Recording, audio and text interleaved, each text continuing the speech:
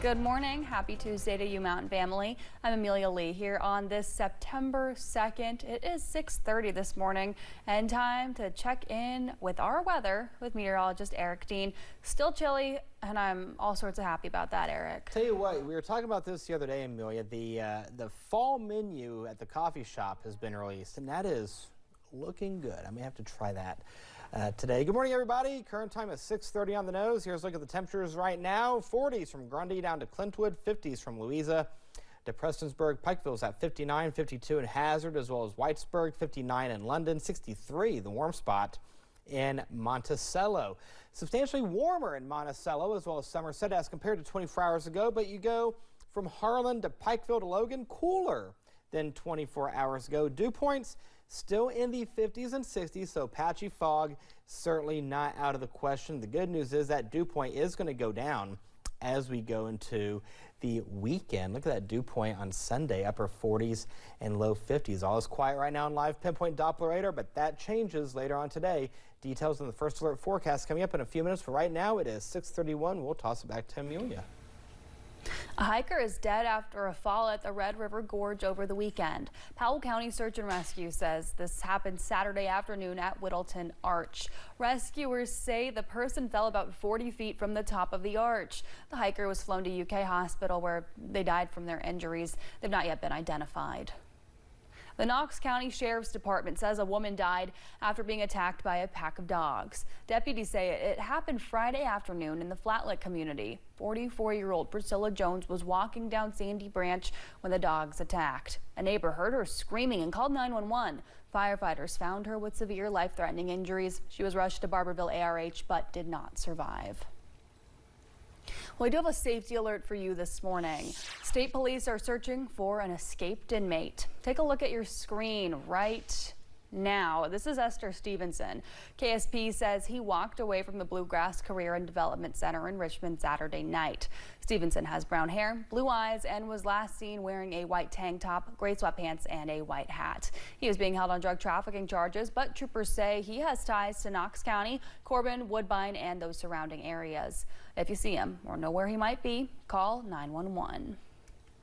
One man is dead after he crashed into the side of a mountain in Perry County. WYMT's Neely Green has more details about what happened.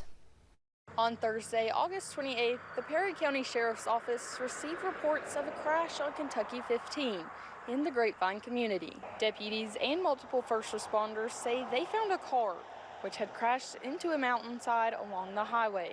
Deputies reportedly found a man unresponsive in the vehicle. He was later identified as Carlos Hall. First responders conducted CPR in an effort to stabilize Hall. He was taken to Hazard Appalachian Regional Hospital where they discovered he had sustained multiple fractures and signs of significant head trauma. Because of those discovered injuries, he was then airlifted to UK Hospital and later pronounced dead at the hospital. The case is being investigated by the Perry County Sheriff's Office. In Perry County, Neely Green, WYMT Mountain News. The Perry County Sheriff's Office says they extended their condolences to Hall's family. A Richmond man is behind bars after a drug arrest in Laurel County. Officers say 39-year-old Brian Winberry was a passenger in a vehicle stopped at a traffic checkpoint early Sunday. A police canine alerted to the scent of narcotics, and officers found what they believed to be cocaine in his clothing and in a container beside his seat. Winberry was taken to the Laurel County Detention Center. The London City Council is meeting this evening to appoint a new council member. This comes after Friday's meeting where the council accepted the resignation of Charles Stacey Benj. He was the only member of the council to vote against impeaching London Mayor Randall Weddle. A public hearing is this Friday when the council is expected to discuss removing Mayor Weddle from office. Well, the start of a new month is kicking off a way to help people save money. No Spend September challenges folks to take control of where their money goes. Experts explain the challenge isn't meant for people to just say no to spending, but to think about what's actually important for them to spend their money on. While the challenge name flows well with the month of September, one Western Kentucky University finance professor believes there may be more reason behind September being the no spend month. It's a reasonable time to step back and say, okay, what's really important to us again, and see, did we go off track? Do we need to get back on track? And it's okay if we did. We just need to get back on. Experts emphasize having expenses written out in a notebook, on a spreadsheet, or even using an app can make a big difference in keeping your finances on track. Well, if your car is long overdue for a car wash, we've got some tips for you. AAA of the Bluegrass is helping folks get their vehicles squeaky clean. If you have bug splats on your car, there could be risk of rubbing the finish off. Lori Weaver Hawkins shares the best way to protect your car from those insect guts. The biggest thing you want to do is soak the area. So you apply a liberal amount of water, warm soapy water to that bug affected part of your vehicle. The more dried on bugs that you have, the longer it's going to take to soak them. Hawkins recommends soaking the bugs for at least 1 to 5 minutes and scrubbing lightly in a circular motion. Well, yesterday marked the first day of National Preparedness Month. It's to encourage you to take action now by creating emergency plans. This year's theme is preparedness starts at home. Mariah Congido talked to a lieutenant with the London Laurel Rescue Squad who says Kentuckians know all too well how quickly an emergency situation can be upon us. Being prepared for it's even more important than being in it. FEMA's Ready campaign has recognized National Preparedness Month for more than 20 years.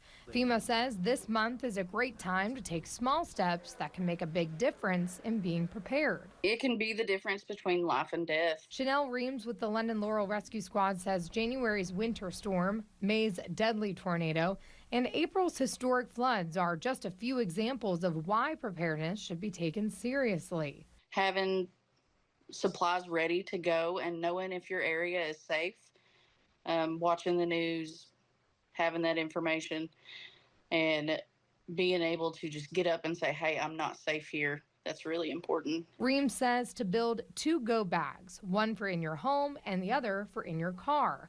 This way you won't have to scramble in the event of an evacuation order. Some of the stuff that you need to have in that bag would be like food, water, a set of dry clothes, a battery-powered or hand-crank radio, some actual cash, a map of your area, your medicines, children and pet supplies. At times, getting someone to leave their home behind is tough. Reams says, however, always listen to your local authorities. If they're suggesting that you leave, it's probably best to leave. They're not going to have you leave all your belongings unless they think that your life is in danger. It's also important to have a family emergency plan. This includes establishing meeting points, assigning responsibilities, and practicing evacuation routes. A lot of times you don't have time to prepare. Like with the tornado, it seems like another thunderstorm or something, but it turns out deadly. And so when you've got time, I know everybody talks about going to the grocery store and there's no food because everybody's trying to prepare. If you prepare beforehand, you don't have that problem. Mariah Congido, WKYT. Well, new guidelines are creating confusion over how to get the updated COVID-19 vaccine. Many people may need a note from their doctor before getting vaccinated. The FDA's latest guidelines approve the shots for seniors and anybody older than 6 months old with a condition that makes them high risk for a severe COVID infection. Those people can walk right into a pharmacy to get the shot. For everyone else, Health Secretary Robert F. Kennedy Jr. said on social media, you need to consult with a doctor first. But 16 states are also still waiting on CDC approval, which could come later this month. Health experts say this confusion was preventable. There is no new data on safety and efficacy that would warrant a change in guidance. What's changed is the process. So instead of having a transparent, science-driven policymaking process, what we are seeing now is vaccine policy being made by political fiat and even being announced on social media rather than through normal processes.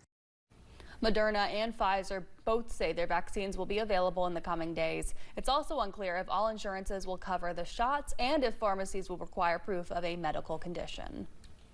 Well, doctors say now is the time to start your fall cleaning, especially if you've got allergies. Allergists recommend focusing on the kitchens, bathrooms, and basements first because any standing water can lead to mold. Doctors also recommend dusting and vacuuming regularly, especially in the bathroom, and to frequently wash your bedding. If you're still having allergy flare-ups after a deep clean, certain medications could even help. The medications that I think are very helpful for both indoor and outdoor allergens are antihistamines. I think that they help a lot with when people have itching or sneezing. And then I typically go to the nasal sprays, either nasal steroids or nasal antihistamines if they have a lot of nasal congestion and post-nasal drip. For more information about allergies, visit an allergist to get tested and explore other treatment options.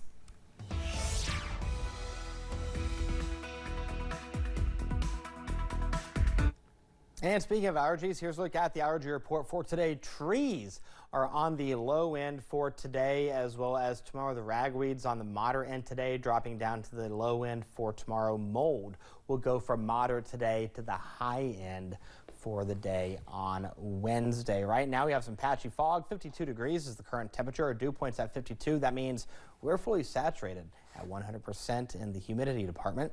We have a nice calm wind at this hour. All is quiet right now on live pinpoint Doppler radar. If you have plans today, make sure you have the WYMT First Alert weather app on your device, where you get the hour-by-hour forecast. You notice as we go to the afternoon hour, storm chances will start to pick up. We'll talk about that coming up in the First Alert forecast in a few minutes. Amelia. Well, thanks so much for joining.